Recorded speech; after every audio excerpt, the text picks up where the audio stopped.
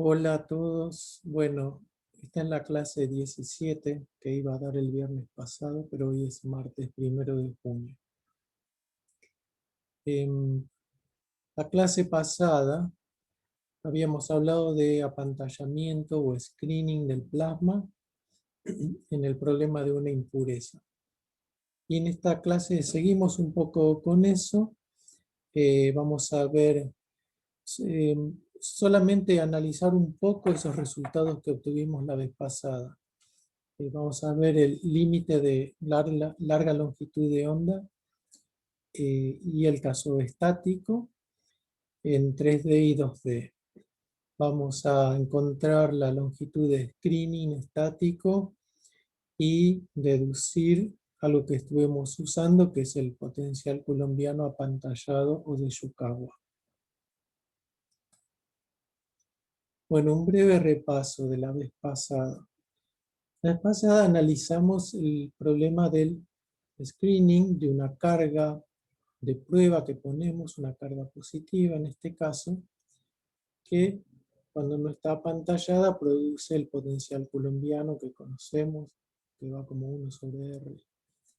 Pero si la carga está inmersa en un mar, en un gas de cargas móviles, entonces ocurre como en este dibujo, que las cargas se agolpan eh, alrededor, las cargas móviles se agolpan alrededor de la carga de prueba, hasta, no infinitamente, sino hasta que ellas mismas generan una repulsión que es equivalente a la atracción que genera la carga original.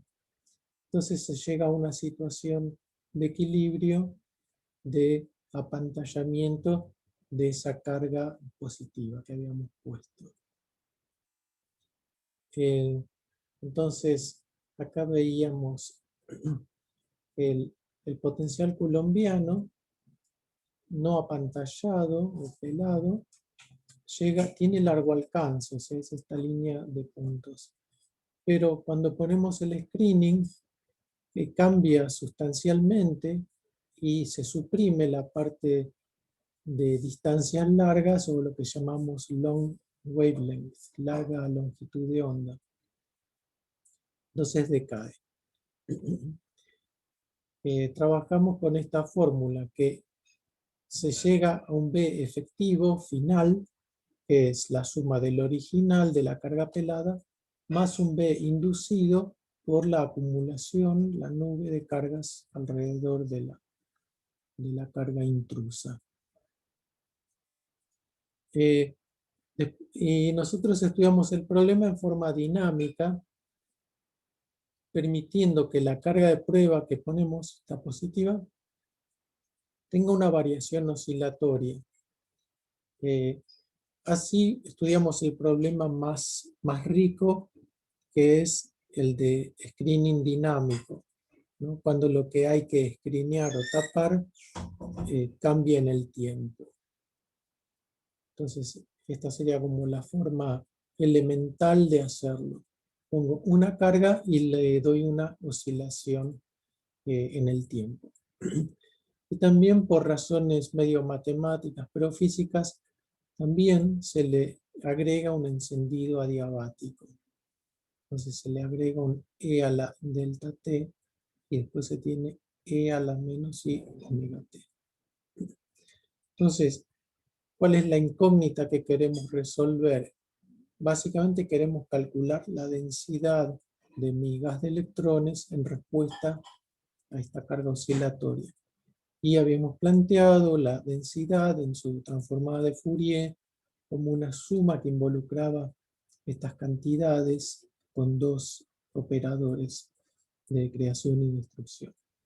Entonces, proponemos una solución, planteamos este ansatz de esta forma, pidiendo que oscile con la misma frecuencia, con la misma dependencia temporal que la carga agregada.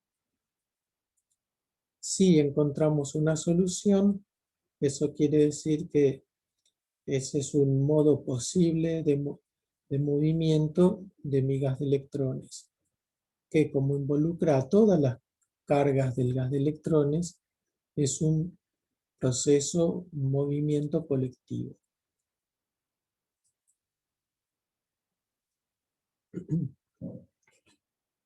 O sea, habíamos llegado a una ecuación de movimiento para esta cantidad, ¿no? Su derivada temporal igual a algo, y acá el potencial. Bueno, hicimos la aproximación de Random Phase Approximation, que consiste en tirar en una suma, tirar todos los términos menos 1, y llegamos a esta ecuación que me permite plantear un sistema de ecuaciones cerrado para este tipo de cantidades. Acá las poblaciones estas, fk menos q y fk, son también expresiones de este tipo, pero con el mismo índice en ambos operadores. Son la forma diagonal de estos términos que son la matriz densidad, matriz densidad, o el operador densidad. Bueno, y habíamos avanzado un poco más. Planteamos que el potencial inducido por las cargas que se reagrupan, si satisface la ecuación de Poisson, laplaciano del potencial inducido proporcional a la carga, llegamos a que el B efectivo que estamos buscando, está dado por esta expresión, el BQ pelado, 1 menos BQ pelado por la polarización a primer orden, y eso lo escribimos de esta forma, como BQ sobre una función dieléctrica. Y entonces este es el potencial efectivo o escrineado. Acá no le habíamos puesto la frecuencia, pero está mal. O sea, el escrineado depende de Q y de omega a través de esta función dieléctrica. Juntando todos los términos que aparecen acá en este denominador, la expresión de la función dieléctrica era esta que tenemos acá. Entonces es 1 menos BQ y P1 es todo esto. Y esta es la más o menos famosa fórmula de Linhart para la función dieléctrica longitudinal.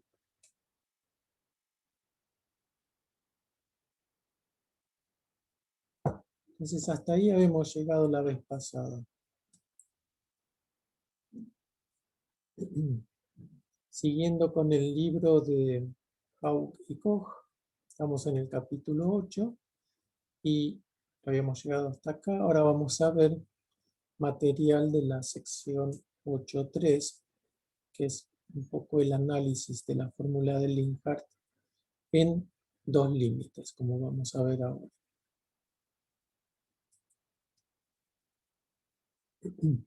Bueno, primero vamos a estudiar el límite de long wavelength, larga longitud de onda, lo que es lo mismo que decir Q tendiendo a 0. Entonces, en la fórmula de Linhart para la función dieléctrica, tomamos el límite de long wavelength, como hicimos antes. Esta cuenta ya la hicimos en la clase 15. Acá nos aparece Q, ¿no? Queremos tomar el límite de Q tendiendo a 0 en esta suma. Entonces, acá lo tenemos en el denominador y acá en el numerador. Estas épsilons eran E grandes sobre H barra, o sea, son simplemente frecuencias. Bueno, ahora repasemos un poquito esto. Acá hay que escribir el momento al cuadrado, ¿no? Y restar por H barra cuadrado sobre 2M. Es lo que tenemos acá. Este es el primer término al cuadrado y el segundo, segunda energía. Se cancela el término de K cuadrado. El término de Q cuadrado lo tiro porque es de segundo orden en Q. Y estoy buscando el límite de Q tendiendo a 0. Entonces a primer orden en Q me queda esto. Menos H barra cuadrado K punto escalar con Q sobre M. Para la diferencia de las funciones de Fermi, de distribución, acá pensamos, Q es chico, entonces esto es como un Taylor. Entonces hacemos f de k menos Q, que es chico, por este gradiente, etc. Menos f de k. Entonces el primer término se va y me quedo con este término que es ya proporcional a Q. Primer orden en Q. Bueno, trabajando esto, habíamos llegado a que la solución, una solución del ansatz se daba si la frecuencia, que ahora la llamamos, bueno, omega plasma o omega cero, la llamamos, cuando Q tiende a cero, entonces decía, tenemos una solución cuando la frecuencia satisface esta relación. Frecuencia al cuadrado igual a esto. Y entonces esto lo identificamos con la frecuencia de plasma, que no depende de Q. O sea, este es el límite estricto de Q tendiendo a cero. A primer orden, quiere decir, esto no depende de Q. Entonces es una constante y es la misma frecuencia de plasma que habíamos hallado trabajando con en el modelo de Drude.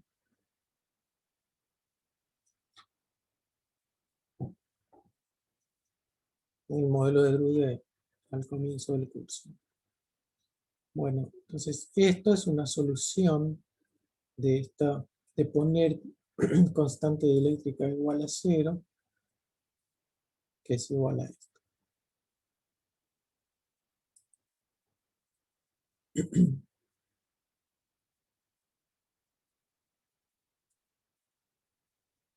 Bueno, haciendo el mismo tipo de análisis, llegamos a que la constante de la función dieléctrica con Q tendiendo a cero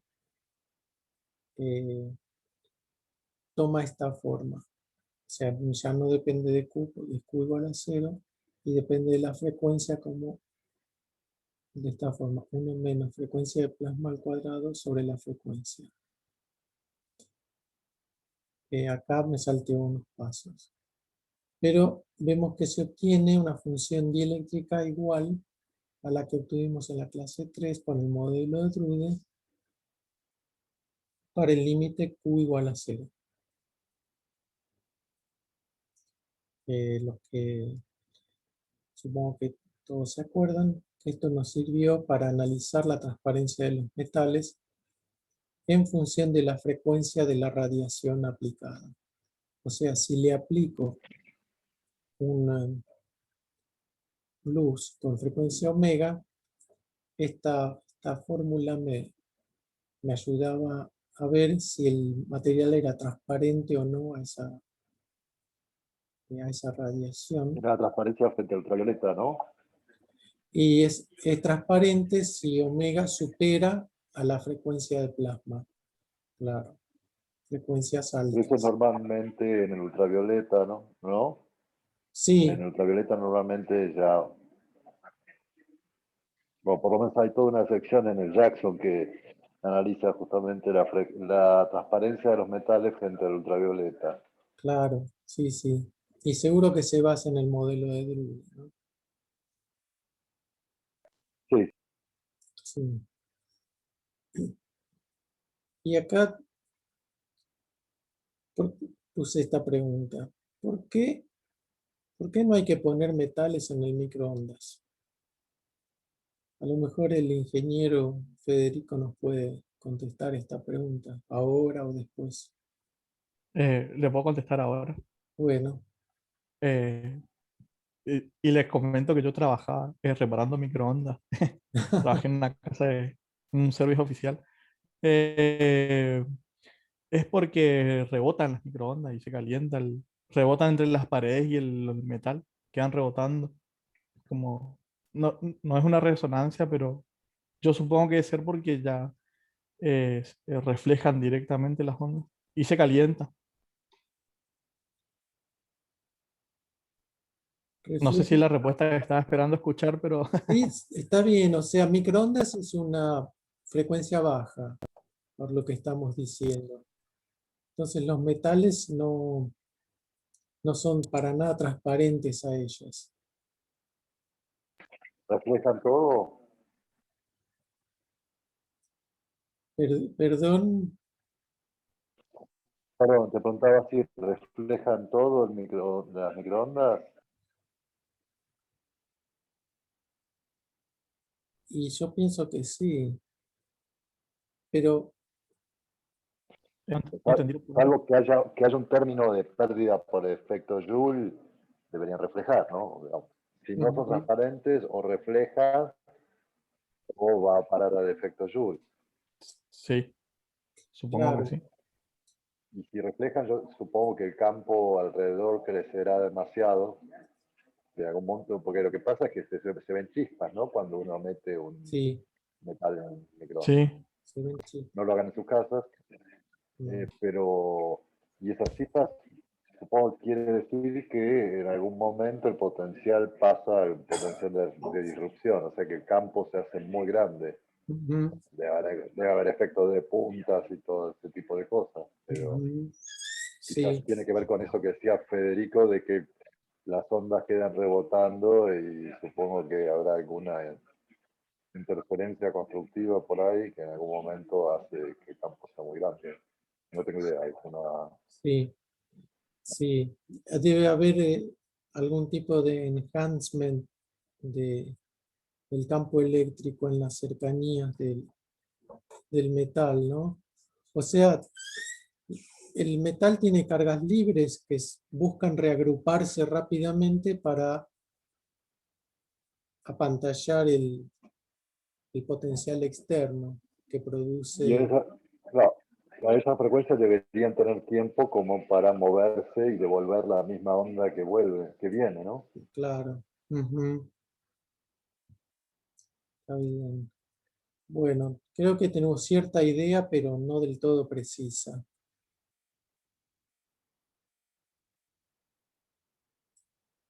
¿no? No, simplemente elucubración, Sí, no sí. más de eso. Al me- Tendría que buscarlo con mayor precisión a ver qué pasa exactamente. pero bueno, los invito y me invito a al menos a googlearlo, a ver si, porque está bastante relacionado con nuestro formalismo, ¿no? Bueno, sigo adelante. Ahora viene un poquito, es una cuenta no difícil, pero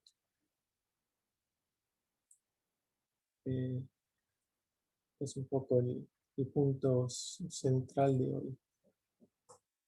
Vamos a mirar el límite estático, o sea, la frecuencia tendiendo a cero, porque queremos entender algo que medio ya estuvimos usando, que es el screening estático, que es muy útil para simplificar los problemas de many-body. Bueno, entonces empezamos con la fórmula de Linhart, como siempre acá arriba a la izquierda. Si ponemos frecuencia igual a 0, nos queda 1 menos BQ, la suma sobre K, y se simplifica mucho, bueno, el numerador igual, nos queda el denominador con esta diferencia de energías. Usamos lo mismo de antes, estos límites de Q tendiendo a 0. Y ahora voy a suponer que las distribuciones, estas son las de equilibrio, son las de Fermi-Dirac. que las tengo acá escritas. Entonces, miremos un poco esto que aparece en este término, en el numerador. En el numerador aparece la diferencia de funciones de distribución y la primer orden en Q es Q escalar gradiente. Entonces veamos eso. Producto escalar es suma sobre I, QI, por la componente I de este gradiente, que es derivada de FK con respecto a K sub I. Acá viene el pequeño truquito, que es lo siguiente. Tengo todo igual, suma sobre I, QI, derivada sobre KI. Pero hacemos una regla de la cadena, derivada de F sub K con respecto a mu, y después derivada de epsilon sub K con respecto a KI. Acá, en este diagonal, hay una trampa, ¿no? Un pequeño detalle, y es que en lugar de derivar con respecto a epsilon sub K y después tenerlo acá, como dice la regla de la cadena, pusimos un mu. Pero eso no es problema porque si miramos la forma de la distribución de Dirac, vemos que el epsilon sub K y el mu juegan el mismo papel, ¿no? Solo que me va a producir un signo de diferencia hacer esta trampita. Bueno, por eso es que hay un signo menos acá afuera.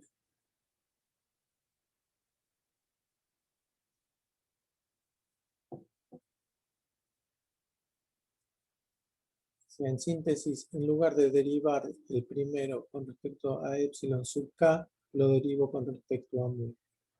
Y le pongo un signo menos. Bueno, entonces en el siguiente paso,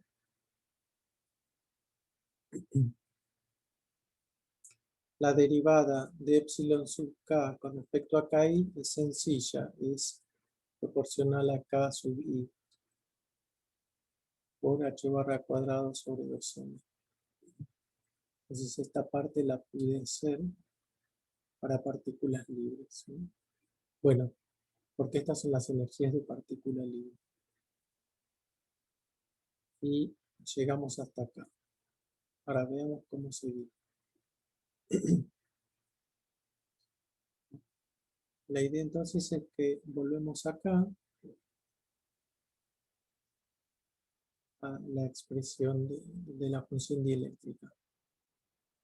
Entonces tenemos 1, 1, el menos se convirtió en un más por este signo. Acá tengo Coulomb de sub Q. Que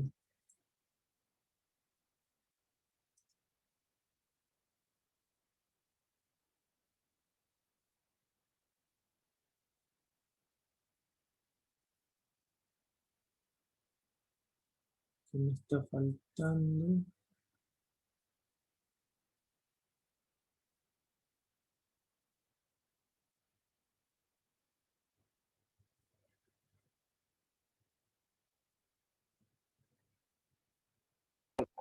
¿Falta un K o ya está teniendo en cuenta como 4pi sobre L cubo en el KI que teníamos ahí? Ah, está bien, está bien. Lo preparé hace tantos días esto que ya me olvidé, disculpen. Tengo el denominador de las energías, ¿no? Que es esto. Y se me cancela con esto. ¿Es eso lo que decías, Marcelo? No, a mí solo me llamaba la atención que no aparecía el KI después. Claro. Pero bueno, ahora sí. Se me cancela con esta parte de las energías. Bien. Y solo me queda la derivada con respecto a mu 1 sobre volumen, y la suma sobre K entró, eh, entró acá. Y acá, bueno, esto me resultó curioso, cómo da, porque suma de la función de distribución sobre K, dividido acá el volumen, es la densidad. Entonces me quedó una expresión bastante sencilla, 1 más, bueno, Coulomb, y derivada de la densidad con respecto al potencial químico. Bueno, este es el resultado. Resultado para estático omega yendo así a 0. Bueno, con este resultado definimos el kappa. Acá tengo el Q cuadrado, entonces a todo lo demás lo llamo kappa cuadrado. Y lo tengo acá. Kappa 4pi e cuadrado sobre epsilon 0, derivada de la densidad con respecto a mu.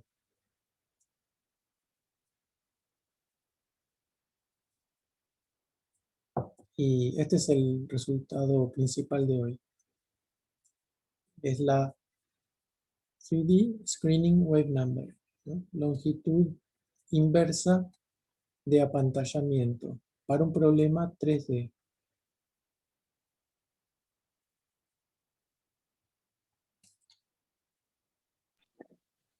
¿Cómo se interpreta eso? Y ahora, justo ahí voy a eso, a ver si esto responde.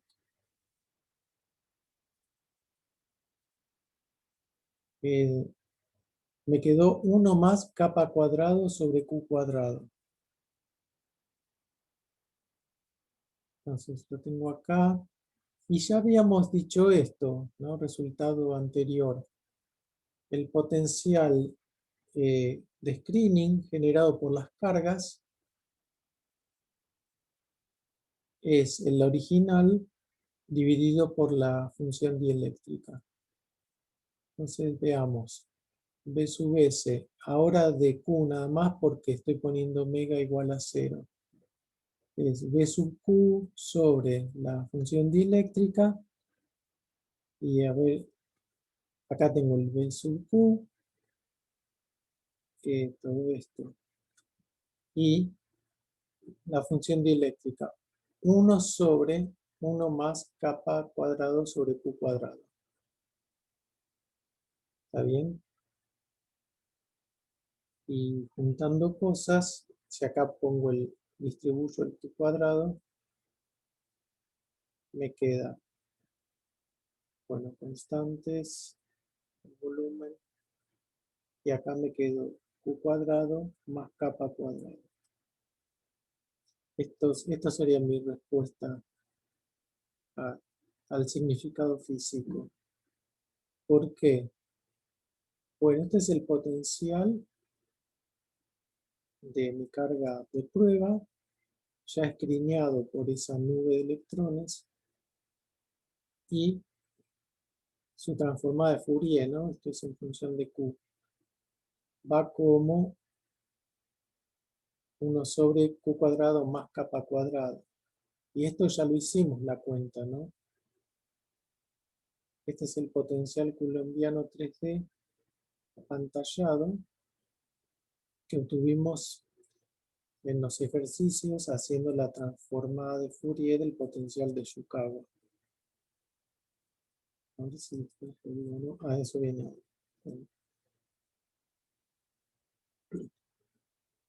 Y acá notar cómo el apantallamiento, el kappa, elimina la singularidad de Coulomb en Q igual a 0, que Q igual a 0 significa larga longitud de onda.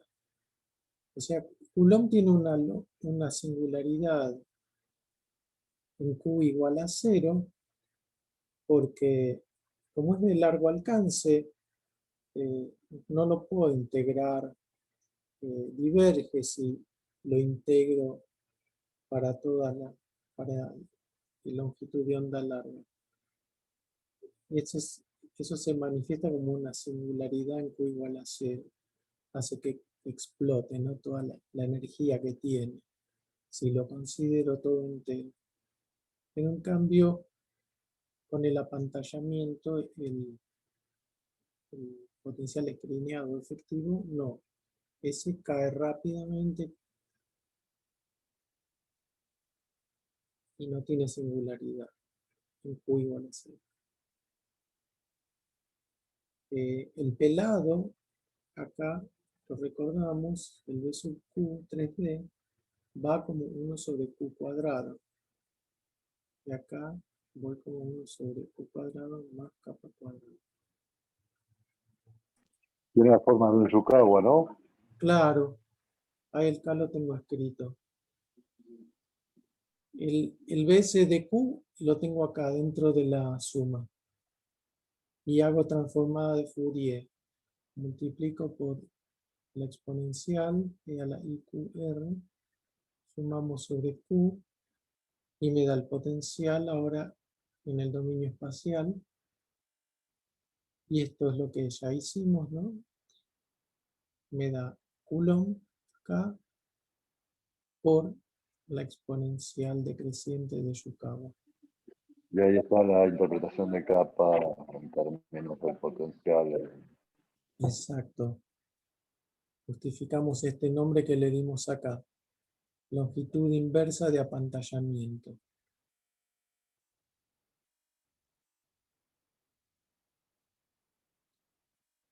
O sea, ¿no? Es 1 sobre capa. Podría ir dividiendo el R. Digamos. Pero esta exponencial cae muy fuerte, ¿no? La exponencial cae mucho más fuerte que el 1 sobre R.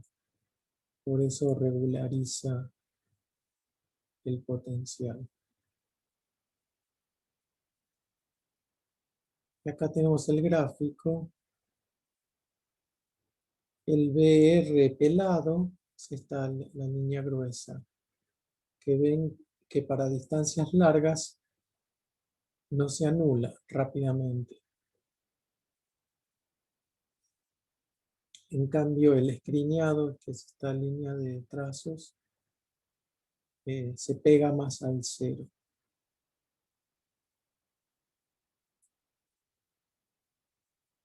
Bueno, o sea, con un poco de trabajo hemos llegado a la justificación de aquellas fórmulas que habíamos usado en los ejercicios y al potencial de Yukawa. Y acá vemos bien por qué el apantallamiento produce este decaimiento exponencial en el límite estático, ¿no? El límite en que pongo la carga sin dependencia temporal, dejo que todos se agrupen, lleguen a un equilibrio y ahí la situación está descrita por este potencial. Si vengo y me acerco con otra carga, no voy a ver esa original, sino que veo esto.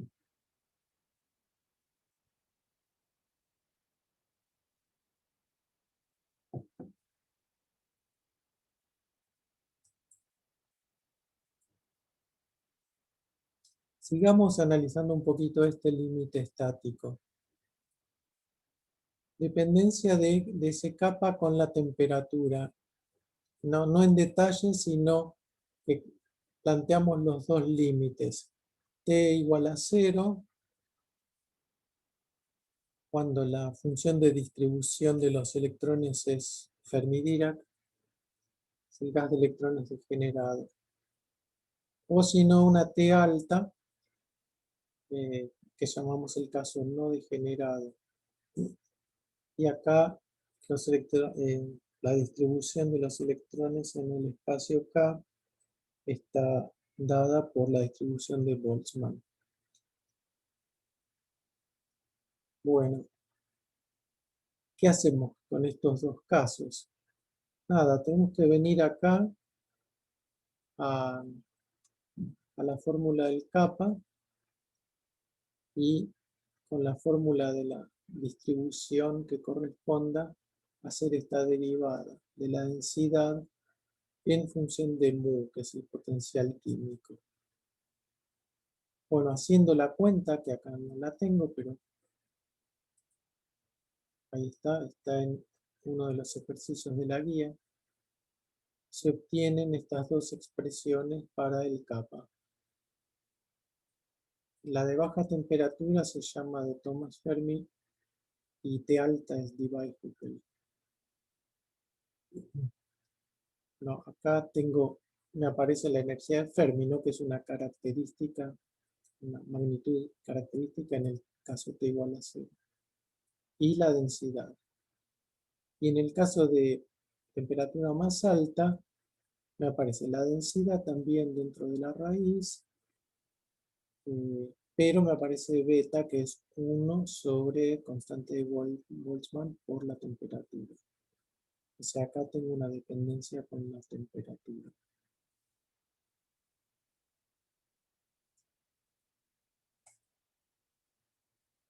Bueno, veamos un poco el análisis similar al anterior, pero en dos dimensiones.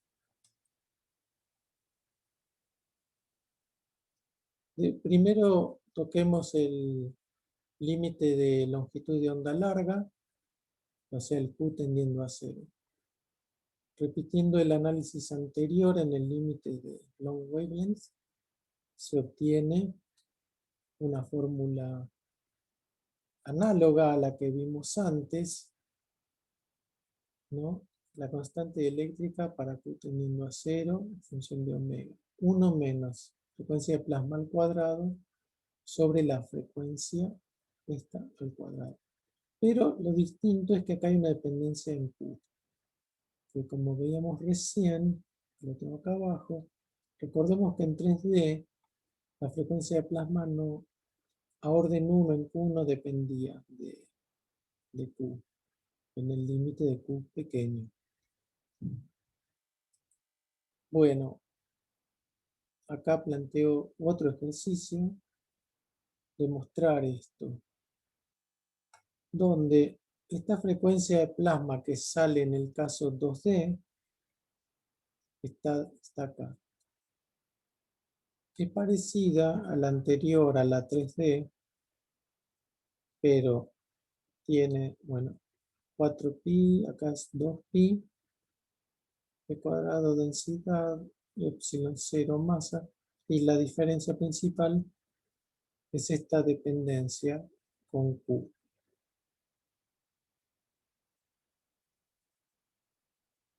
Eso entonces habría que mostrarlo. Cuando Q es 0, esta frecuencia de plasma es 0. Cosa que es diferente acá, porque para Q igual a 0 tenemos una frecuencia de plasma finita.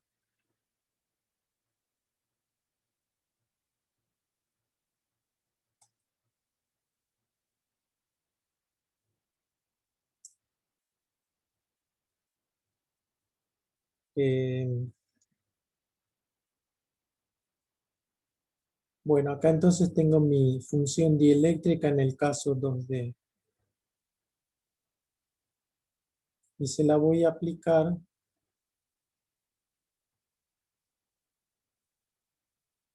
acá.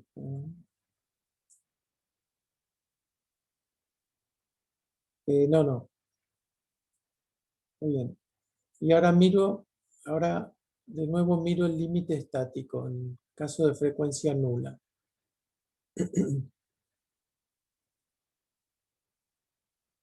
Aplicamos la expresión obtenida antes para el límite estático, que era esta.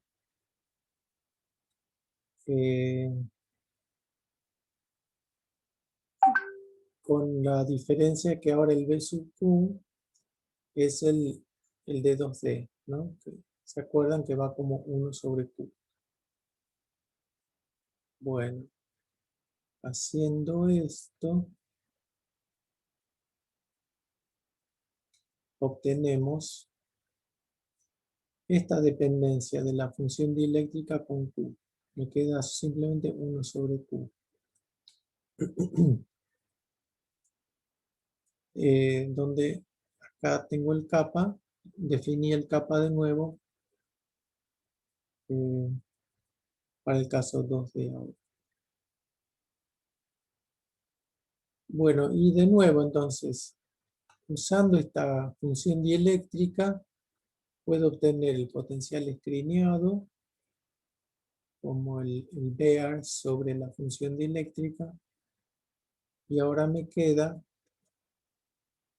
constantes 1 sobre K más Q. Perdón, vuelvo atrás. Para el caso 3D era K cuadrado más Q cuadrado en el denominador.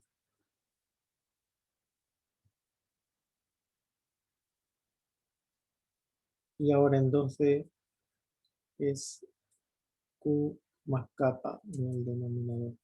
Que reconocemos de nuevo acá que esto es como la transformada de Fourier del 2D, ¿no? Que era 1 sobre Q, pero el kappa me ayuda para remover la singularidad en Q igual a 0.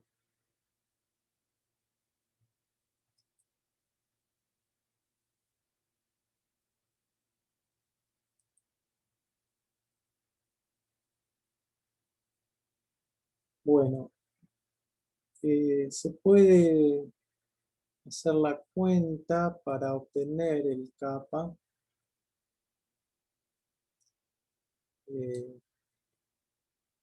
No me voy a meter ahora en detalle, pero copié algunas expresiones, porque en 2D conocemos el potencial químico en función de la densidad.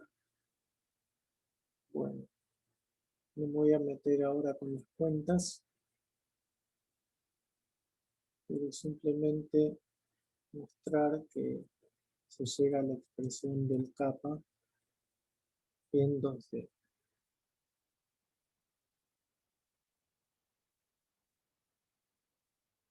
Esta expresión es correcta para todas densidades y temperaturas. Es interesante notar que el scaling with number en 2D es independiente de la densidad a baja temperatura y altas densidades, mientras que en el caso 3D correspondiente resultaba o quedaba siempre dependiente de la densidad, la longitud de screening, ¿no? En 3D teníamos que depende de la densidad y en 2D se independiza de la densidad.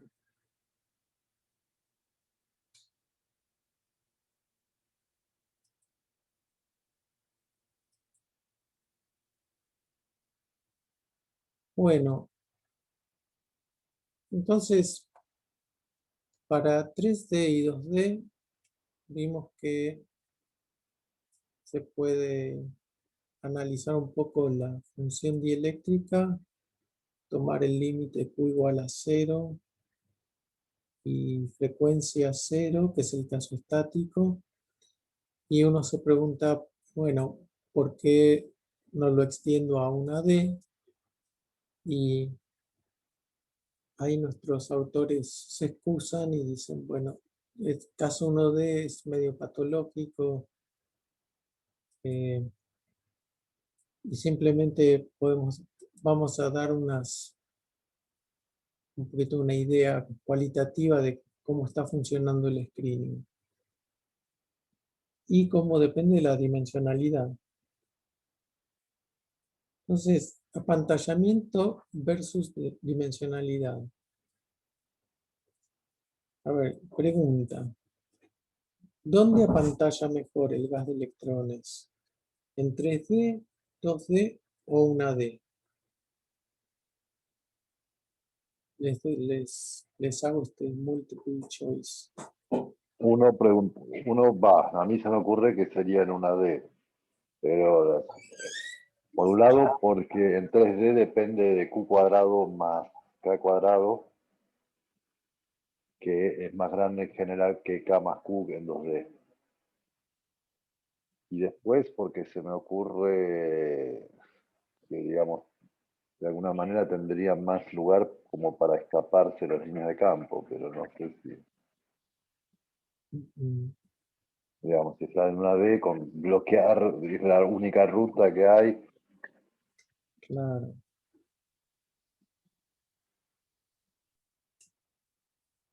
Bueno, a ver. Supongamos que este es un sistema 1D y tengo dos cargas. El tema es que acá hay líneas de campo que salen y vuelven a afectar a la otra carga.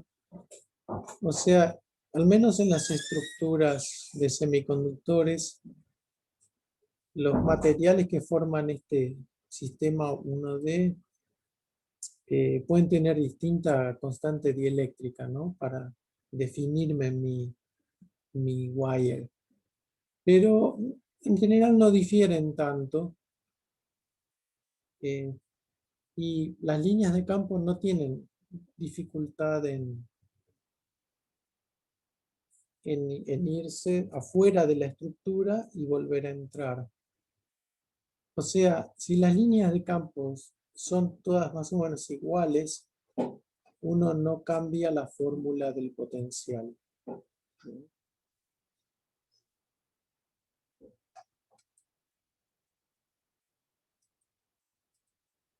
A ver, en las estructuras semiconductoras, las líneas de campo eléctrico pueden entrar y salir de la zona donde están los electrones, aunque haya un leve cambio de constante dieléctrica.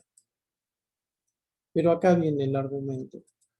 En 3D, los electrones pueden rodear completamente una carga. O sea, no están limitados en su movimiento, no están confinados. Entonces pueden ir y tapar de todos lados. Pero en 2D y 1D, esto se vuelve más limitado, especialmente en 1D. Simplemente no puedo permitirle a los electrones que se vayan, que se salgan del cable para bloquear esas líneas de campo. Entonces, no pueden hacer un trabajo limitado de apantallamiento desde donde están dentro del wire y no pueden salir a rodear como en el rugby cuando van y rodean los jugadores al que tiene la pelota. Y por ese motivo, bueno, por eso el apantallamiento se vuelve más ineficaz en baja dimensión. Al revés de lo que había dicho Sí, completamente. sí. Sí, en total no había imaginado algo en una D, pero sin imaginar, claro, que es algo en una D, pero o 2D siempre embebido en un espacio de 3 dimensiones donde las líneas de campo tienen Claro, tienen libertad para acceso. moverse. Claro, Claro. claro. Esa es la diferencia. Las líneas de campo pueden usar el espacio alrededor y los electrones no pueden salirse y para ir a tapar esas otras dimensiones.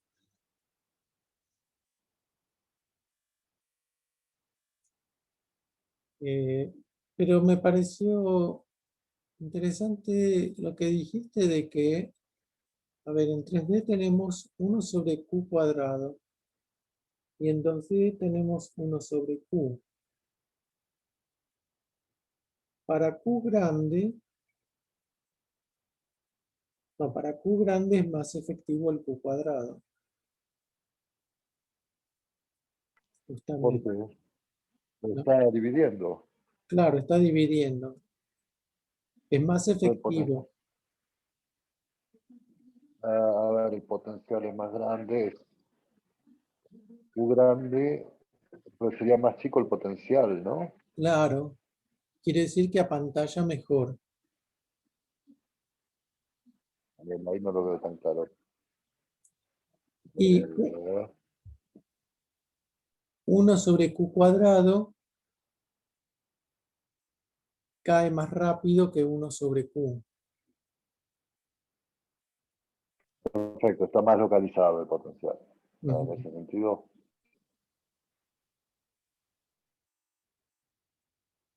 Y no tengo presente cómo es la fórmula.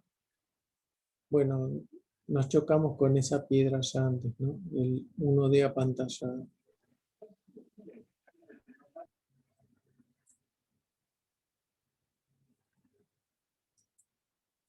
Bueno, y eso era para mí todo por hoy. Eh, en resumen de esta clase, analizamos un poco la fórmula de Linhart de la constante dieléctrica. Eh, Analizamos los límites de larga longitud de onda, o sea, Q tendiendo a cero, y estático, frecuencia tendiendo a cero. Miramos los casos 3D y 2D. Pudimos justificar ahora desde el principio la existencia de esta longitud de screening estático que aparece en el potencial colombiano o de Yokawa. Bueno, y eso sería todo por hoy. Hasta la próxima. A menos que quieran hacer consultas que queden grabadas.